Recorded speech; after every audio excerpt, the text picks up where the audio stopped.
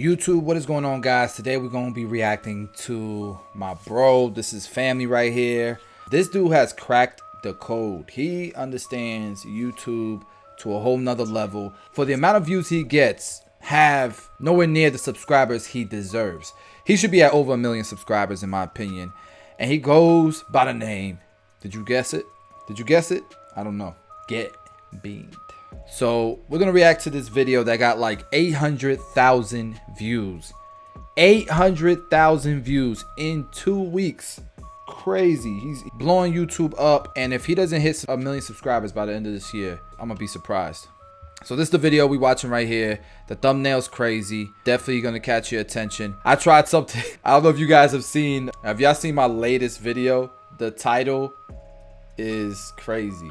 And it was my #1 video in the first 12 hours. It's my #1 video out of the last 10 that I dropped. So numbers wise, that title did it justice. But I don't know YouTube algorithm like Beam. Like Beam should have a course or something on the YouTube algorithm. I would pay. Let's watch.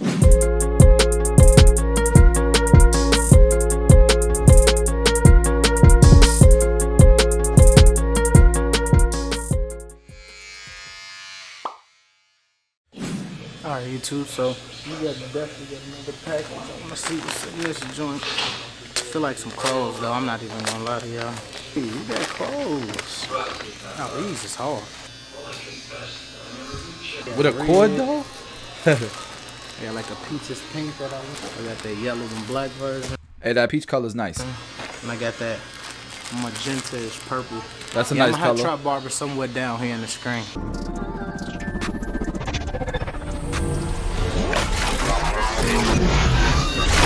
The intro is stupid.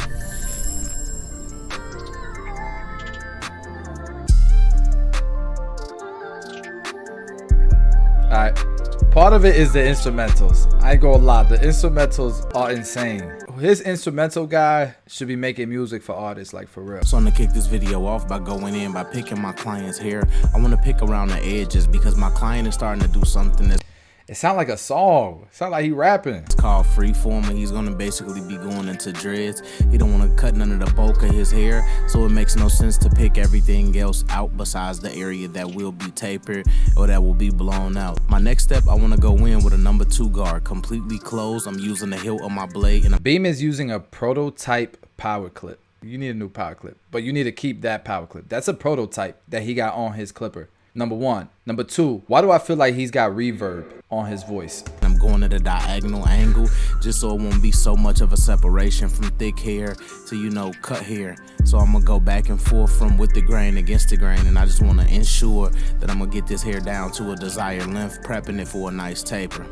Next step, I go in with my Babeless FXs, and I'm gonna create a rainbow-like shape towards the bottom of the temple area, right above the ear, giving myself room to kick this taper off. My next step, completely open, giving myself about 1/2 of an inch, creating some room, and then I'm gonna drop down on the beard, and I'm just start to fade this area as well. He is not using the masters. Super fast, so I just wanted to just knock this area out quicker. But I think he's using the Filthy Blends modified wall clippers. Drop them halfway, fade in between halfway, start to get more transition and fully close, and as you guys can see, this is not an easy canvas. I don't know if you guys see this, but his hairline is not that full. So you got to be careful not to cut this down, because then a blade open in this area is going to look bald. #1. #2, Beam has been such a master's advocate. I see he's gone to the dark side, and he decided he's going with a better clipper overall, in my opinion. But he's using the best of both worlds because he's got the master's blade on it. Shout out to Filthy Blends. boom, it's there. Next step, 1/8 guard, which is a #1 guard. I'm gonna go in completely closed, using the hilt of my blade, get more of a transition, and trying to feather out this dark hair and get this hair to create a nice transition. Drop to my 1/16 guard, halfway closed, and as you guys can see, get more transition. Right behind the ear where it's super dark at, where it'll be distinguished that your taper isn't as good. You wanna get behind that ear, clean that area up too, guard off. And now I'm using the hilt of my blade to create some type of shape. Seeing that I cut most of this hair down on the side so his sides can be exposed, I'm gonna go in with a comb and lift that hair just so I can see how hard that ridge is. And then I'm gonna hit it with my clippers just so I could get that transition back. Flicking in and out, using my brush, using my comb, staying up to par with the situation. Next step, I go in with my Babeless FXs. I don't even know if that even made sense. Staying up to par with my situation, but it sounded so good. For an inch, because my client got enough neck room for me to be able to create a nice taper. Right here is a 1.5 guard, and that's completely open. As you can see, his left side, his hair go to the left, and his right side, his hair go to the right. So it's hard for me to brush the hair down.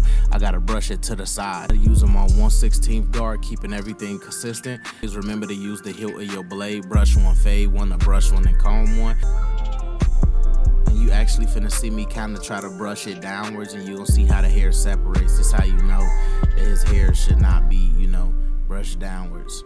Yeah, My transition is pretty much done. That neck taper was tough. You get up in that mirror sometimes, or you get up and you stand up in that mirror, and you're not proud of the individual, that you see in that mirror, that we just gotta focus on it, and we gotta focus on being better, focus on bettering yourself, as a person. I want to get back, in the gym, redo my membership and things of that nature. It's just like, getting up every morning and you look in that mirror, and it's just like you could be 10 times the individual that you are today.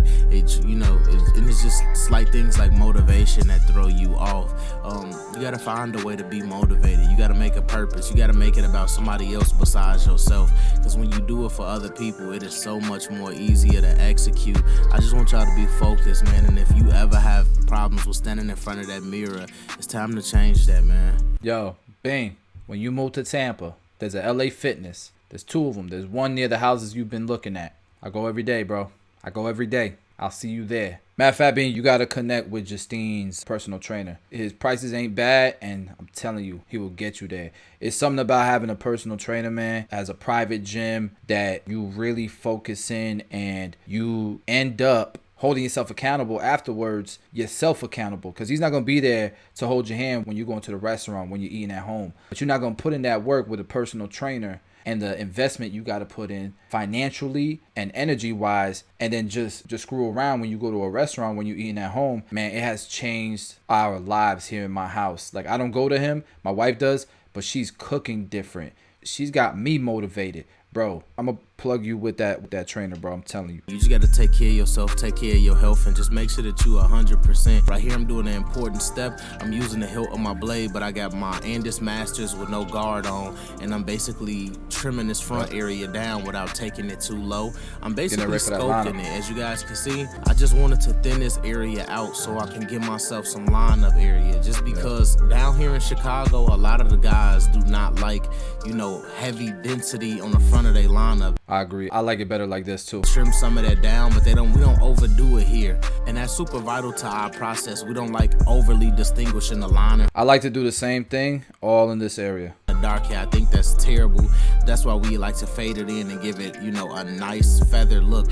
Set it up for that kill shot. It's time to get real crispy. It's time to hop in the duffel. And I basically want to hit my slants, keeping my blade completely straight. And on the slant parts, you can use the whole blade, clip some of this neck panel, and then as soon as I get to the tip of the ear, I'll convert to the corner of my blade to work myself around that corner. I like to, set myself up for high precision kills. I like to set myself up for that real cleanliness look. Why do I feel like when Beam moves to Tampa, I'm gonna have to translate for people? Because his vocabulary is different. How precise they lineups is, so I always gotta stay on my cue with that. Sharp. I go in using my gold FXs, dropping the back of my beard line. I need this completely straight, and I need to clear this bulk out the way. And as you guys can see, that beard line came out crazy. Like, this gonna be crazy. You can already tell, looking at the taper, looking at the neckline, and the back of the beard line, just how the silhouette coming together. I'm just framing out, and it's all a frame out work. Repeat the same steps on this side, because whatever you do to one side, you do to the other side. Like I told y'all, whatever you do to the bottom of that fraction, you got to multiply, on the top of that fraction and break it and make it even. It's always important. Whatever you do to one side, do to the other side. And I promise you, your images will come out more consistent and they will look more like twins. Lineups aren't eyebrows. Eyebrows ain't got to be twins. They could be sisters. As long as they look similar to eyebrows, it's nice. But when it comes to a lineup on men, it got to be consistent. So I break in the middle, then work my way all the way to the left side. Real talk though, Beam gets a lot of hate because he uses enhancement so much. But like, what are you gonna do with that corner? What are you gonna do with this hairline? If you want it to look as full as possible, you're gonna push him back. What if he doesn't want to be pushed back? What are you gonna do? Keep it natural? What if he doesn't want it to look like that? He wants it to look fuller. I just don't get why he gets so much hate. He's doing what his clients want, what they're willing to pay him a premium for, and he's great at what he does. I already know this is going to come out really, really nice. Then I do my vertical bars, all because I know in the vertical bar area, my client hair isn't as dense as the front of the lineup. These are real clients. This isn't your perfect canvas. This isn't your 17-year-old, your 21-year-old with the perfect hairline. This is a real everyday cut in the shop. And it's just super vital to the process, man. You take your time with everything. His vertical bar area is nowhere near as dense as the front. Not that my client is losing his hair. He just don't possess the density on the side of the head as he do in the front of the head. But, you know, with all techniques and just being a big professional in this game, you gotta learn how to elude. You gotta learn how to incorporate different products and techniques. With his hairline, no matter how much he grows it out, his client is going to look thinner. It's not going to look as dense. The goal is to give him the best finished product. My boy Sean cuts hair color enhancement card at a 3 to 4 inch distance radius using my product, the Beam Team cordless compressor, and my color no drip. And we're just basically adding enhancements to the lineup. Enhancements is doing nothing but enhancing the lineup. That's what they use for. Like, there's no way around enhancements. They're part of the game now. I understand you got your people in the comments who won't care for color enhancement. I'm not here to make y'all believe in it, but when I tell y'all that I'm making an extra $15 to $20 per service off of it. And here's the other thing. If Beam was to leave or not be available, they not looking for the next barber they gonna go to. They're looking for a barber who can produce the same service that Beam does. This is what they want. Like, even if it only lasts a day, so what? It's a day longer than it would last after getting a haircut from a barber that don't want to do color enhancements, right? For me, if I take care of it, if I maintain it right, I've had my hairline enhanced for up to 5 days. Rinse, do not scrub. I want us to be consistent and, you know, efficient together. So I hit the bottom of the mustache because I know the mustache is a little bit thick. My next step, I go in, stretch that skin, angle that razor at a 45-degree angle, bring everything back to its highest point. I'm gonna have to go in with a whisk after cleaning up above the cheekbone. Move your arm, Beam. Move your arm. Yeah, that's stupid, Sharp. Stupid. I only want this texture of hair for a month. That's it. Listen. If you have this texture hair, I need you to book an appointment. Link in the description below. Book your appointments. I need this texture hair right here. Came out crazy. I'm gonna go in with some wrapping lotion as well. Afro will not be even, but he want this curly look, and it's super fire right now. So in an imperfect world, we do get these clients that come in after a couple months looking crazy by the head, but as barbers, we are the first form of surgeons, and it's up to us to change that outcome. And on my channel, there's no way to give it up but this way. Let's lock in. Hashtag TBT in that comment section. Hashtag Glacier Gang.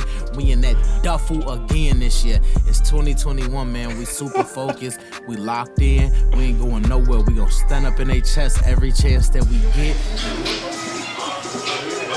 Water. That's Water. Yes, sir. Yeah. My clients don't do that, man. Every time I've tried to record the reaction, it's always a little awkward. It's probably me. Hey, man, the video make you smile, bro. I gotta check out the comment section. Bro, 800,000 views, guys. That's wow. My boy Thumbnail's looking like Vampire in Brooklyn. He's a preacher, a therapist, a barber, a life coach, and a rapper. He looks like he could have lived in the Bible days, just his features and his eyes. Girl, you ain't watched the video. Took him from a mountain man to man of the hour. He's trying to steal souls. He talk like he's trying to make the word count for an essay.